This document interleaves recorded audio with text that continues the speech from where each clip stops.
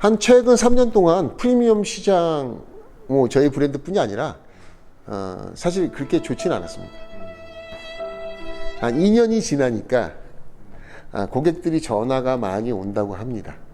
그리고 시공도 지금 작년에 비하면 4배 정도.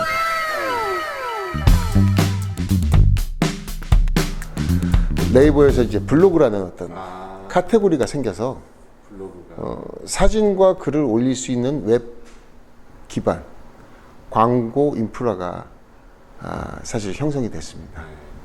그래서 작업 사진을 웹에다 올리는 버전이 미국에도 없고 일본에도 없고 블로그 자기가 자기 마음대로 설정한 사진과 쓰고 싶은 글들을 다 쓸 수 있었고 거기 썼던 제목과 그 내용의 단어들이 웹에 노출됐었어요. 비용을 주지 않고. 그쵸. 그래서 그랬고 또 그때 당시에 이제 두 번째 그 카페라는 네이버 카페라는 것이 생겼고요. 그래서 아마 그 동호회 카페의 초창기 시절 예를 들자면 지금은 르노 삼성이지만 삼성 자동차 동호회가 있었습니다. SM5 동호회. 예. 그런 곳이 몇 군데 그 차종별로 생겼고 거기서의 어떤 파급력이라는 것은 상당했었습니다. 그쵸.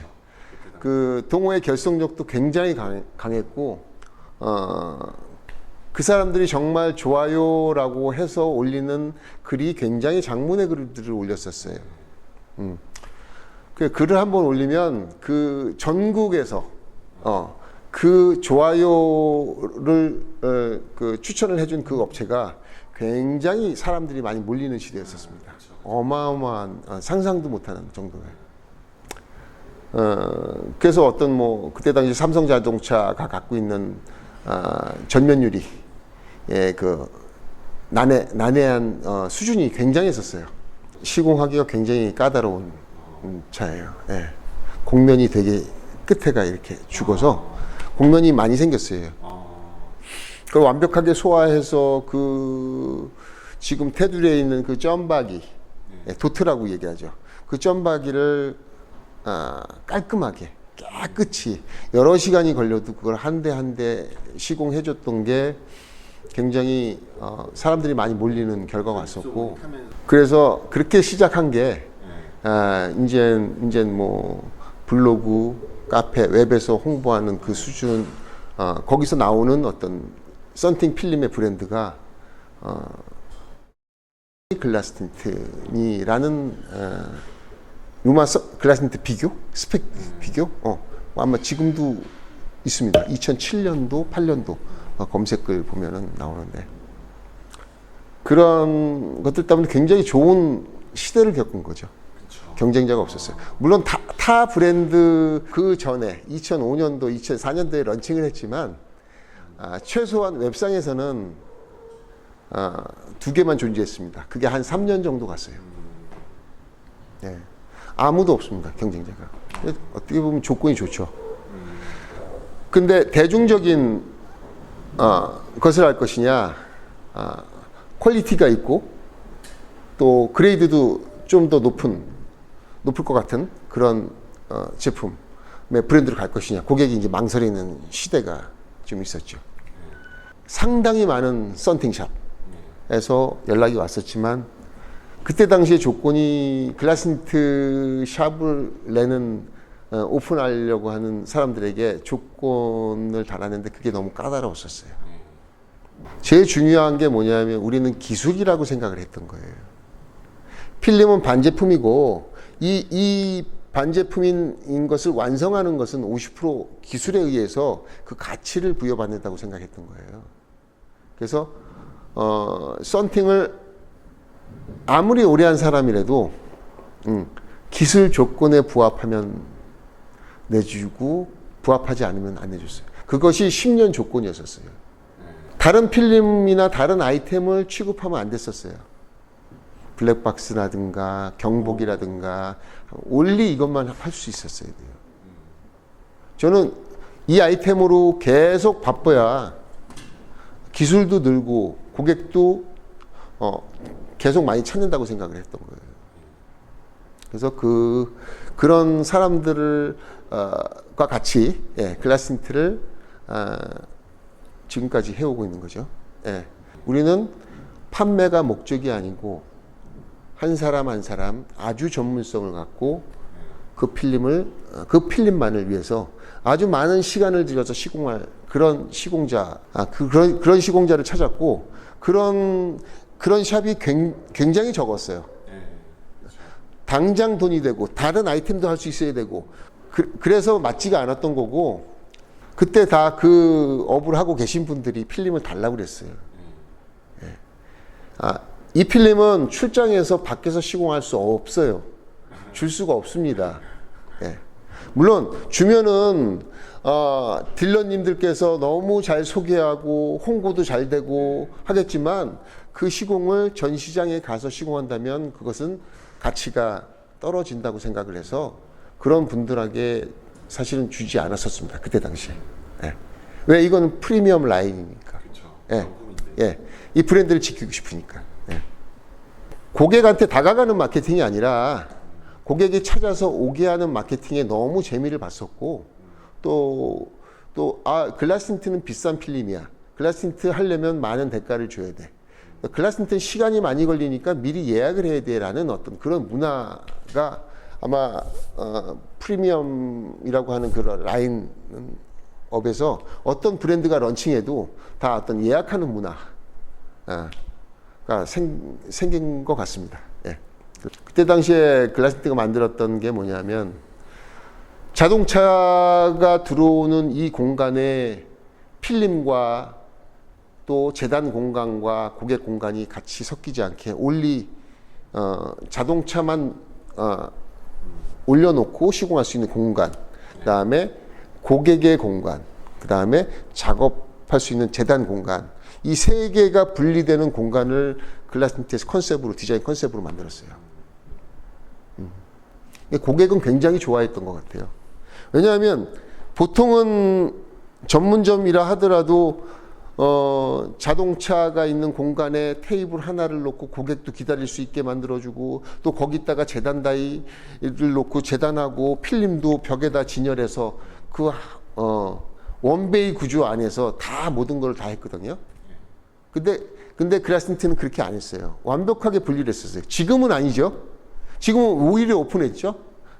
하지만 그때는 그것이 컨셉이었고 그렇게 모든 글라스틴트 하는 사람들한테 어떻게 보면 강요죠. 이것이 안 되면 안 된다. 그것이 되게 고객들은 자기 차가 여기 매장에 들어와서 자기 차만 놓고 하는 아무것도 안 보이는 오직 내 차만 보이고 글라스틴트 로고 하나가 있는 그걸 굉장히 너무 좋아하시더라고요. 열광을 하시더라고요. 돈을 깎는 사람이 없습니다. 저도 좋아요. 2013년도에 대한민국 썬팅사를 한 40년으로 본다면 큰 변화의 어떤 시발점이 있었습니다. 언제요? 2013년 5월이죠. 네. 그게 뭐냐면 이미 한 10여 년 전부터 현대자동차, 기아자동차에서 한국에 차를 만들어서 파는 양 자체가 그때 당시에 80만 대 정도가 됐어요. 지금은 120만 대라고 하잖아요. 물론 우리 그때 당시 타켓은 수입차 반, 국내차 반이었었어요. 국내차도 되게 많이 오던 시절이었는데 2013년 5월 달에 현대자동차 썬팅 쿠폰이라는 게 만들어졌어요. 네, 맞아요. 그게 뭐냐면 차를 사면은 쿠폰을 주죠. 할인 쿠폰을 주는데 썬팅 하실래요? 용품 받으실래요? 쿠폰이 선택할 수 있는 그런 게 생겼어요. 그래서 대부분 용품은 실용성이 없는 용품들이었고 그렇죠.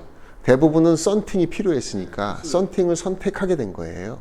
필수적인. 그 쿠폰 시스템이 생기면서 우리에게 오던 국내차가 첫 달, 둘째 달, 셋째 달이 지나면서 없어지는 결과가 된 거예요. 그렇죠. 네. 그러면서 수입차 쪽으로 치중하게 된 배경이 된 거죠, 글라스틴트가. 사실 한국에서 차지하는 어떤 그 캐파가 굉장히 뭐 소수의 고객들을 타겟을 했기 때문에 사실 수입자 쪽으로 방향을 전환한다고 그래서 우리가 매출이 줄어들 거라고는 생각하지 않았어요. 당장은 줄어들지만 여기 전념을 하자라고 해서 수입차를 타는 고객들이 글라스 틴트를 오랫동안 찾아준 것이 지금의 어떤 강한 프리미엄 이미지를 심는데 역할을 했던 것 같아요. 지금은 더 어떤 고가와 저가의 어떤 아주 그 선이 아주 선명한 것처럼 중가 때는 다 없어졌습니다. 네. 지금 그래서 그 쿠폰이 하나의 지금 이제 쿠폰 제도가 글라스틴트에 혜택을 줬다기보다는 우리의 어떤 색깔, 우리는 이렇게 좋은 고객들과 함께 좋은 필름을 아주 정성스럽게 시공해서 앞으로 미래로 나갈 거야라는 컨셉이 사실 글라스 틴트에 대한 이미지로 굳혀지게 된 거죠.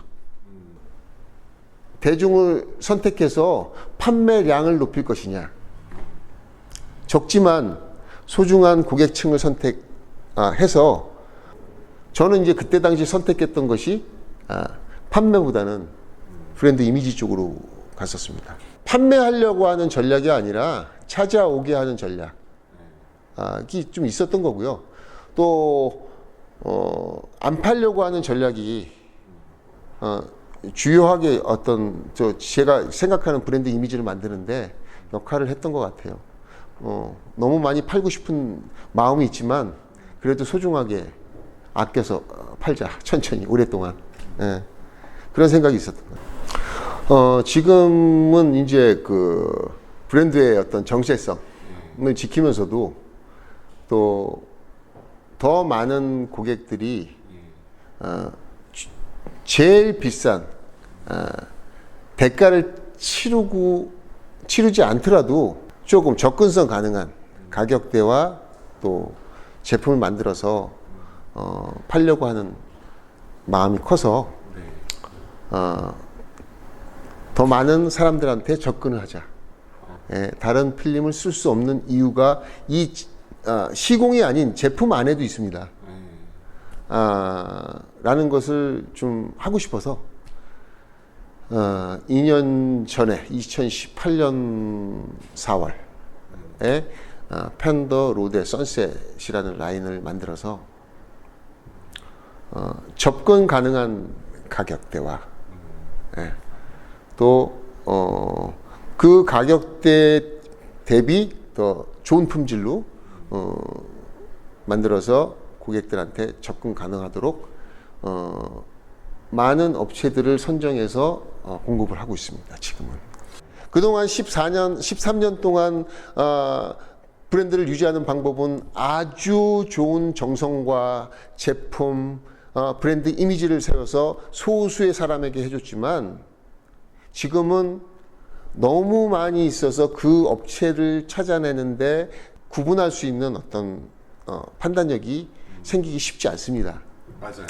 지금은 글라스틴트의 좋은 필름을 팔기 위해서 더 많은 사람들한테 소개해야 된다고 생각합니다. 그래서 샵 450개 정도 되죠. 그래서 프리미엄 라인을 팔 수 있는 프리미엄 마스터, 멀티 마스터, 그리고 많은 대중들한테 팔 수 있는 다른 브랜드들 제품들을 쓰고 있으면서 우리 제품도 쓸 수 있는 그런 휴먼 리테일이라는 샵에 필름을 공급을 해서 지금 실제로 전국에서 또 전시장에서 일반 고객을 상대로 되게 많은 시공들이 이루어지고 있는 상황입니다. 당연히 그런 어떤 손실이죠. 네. 시간이 1년 지나고 2년 지나고 3년 지나면서 그 프리미엄을 팔 수 있는, 소개할 수 있는 루트가 굉장히 좁아졌어요. 굉장히 좁아졌어요. 또 프리미엄이라고 얘기하는 사람들이 너무 많아진 거죠, 세상에. 프리미엄 썬팅을 치니까 너무 검색 결과가 너무 많은 거예요. 그래서 포기하고 그냥 어디서 들어봤던 브랜드, 뭐 SL 뭐 여러 개 있어요. 그냥 거기로 가게 되는 거예요. 그렇다면 어떻게 해야 될까 고민을 많이 했습니다. 일단은 지금도 현존하는 최고의 프리미엄 브랜드라고 생각을 하고 있습니다. 한국 시장에 프리미엄이라는 단어가 생기기 전에 그냥 글라스틴트는 제일 비싼 필름 팔고 있는 오래전부터 2009년도 8년도부터 100만 원짜리 이상의 필름을 매일매일 시공하는 브랜드였었습니다. 그것을 유지하려니까 어느 정도 타협을 해야 됩니다. 이거를 계속하려면 일단 많은 사람들한테 중하위 라인을 만들어서 소개를 하고 정말 시공되는 사람들도 많이 생겨야 된다고 봅니다. 지금의 환경이 그렇게 변했습니다. 이미지가 조금 깨지는 한이 있어도 지금 현재 좋은 어떤 컨셉을 계속 유지하고 싶으면 타협을 해야 된다고 생각하고 어느 정도 타협을 한 거죠. 한 최근 3년 동안 프리미엄 시장 저희 브랜드뿐이 아니라 사실 그렇게 좋지는 않았습니다. 왜냐하면 프리미엄이라고 하는 그 라인업이 할인 폭이 너무 큰 거예요. 우리는 계속 정가를 하고 있었고요. 솔직히 말씀드려서 우리는 매출 최악인 3년을 겪었습니다.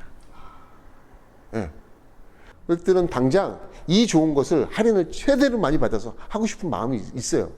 저는 그거를 깨고 싶지 않았어요. 지금 앞으로도 깨고 싶지 않고. 그러다 보니까 시공점에 오는 우리 글라스틴트 전문샵에 오는 개수가 최근 3년 동안 계속 줄었습니다. 펜더로드에 선셋을 하고 한 2년이 지나니까 고객들이 전화가 많이 온다고 합니다. 그리고 시공도 지금 작년에 비하면 4배 정도. 작년에 비하면. 근데 작년에는 안 그랬어요. 2년이 지난 시점에서 만 2년이 지난 시점에서 4배 정도 더 시공을 하고 있습니다. 실제로. 다양한 로컬에서 시공샵에서 다양한 자기만의 루트가 있잖아요. 판매 루트, 판매 인프라죠. 그냥 그 사장님만 보고 오는 고객들, 또 그 사장님만 찾아오는 딜러분들, 또 그 세차장만 찾아오는 세차 고객님들, 다양한 고객층에 접근 가능한 어떤 고사양입니다. 근데 저가 라인이라고 볼 수는 없어요. 사양이나 가격대가 저가는 아닙니다. 다른 회사의 중간 이상 그레이드입니다. 다양하게 접근시키고 싶은 마음이, 다양한 곳에 접근시키고 싶은 마음이 있죠. 지금은. 좋은 필름을 만들어서 아주 좋은 시공 서비스를 제공하는 것이 글라스틴트의 마음이고, 또 앞으로 오랫동안 가고 싶은 글라스틴트의 전략이기도 합니다. 한번 경험해 보시면 너무 좋겠다는 생각을 해서 또 오늘 또 옛날 이야기도 해봤고요. 또 브랜드가 어떤 정신으로 만들어졌는지 여러 가지 이야기를 같이 해봤습니다. 찾아주신다면은 저는 좋은 품질과 시스템으로 오랫동안 여러분 앞에 다가갈 수 있으니까 여러분들 많이 도와주세요. 감사합니다.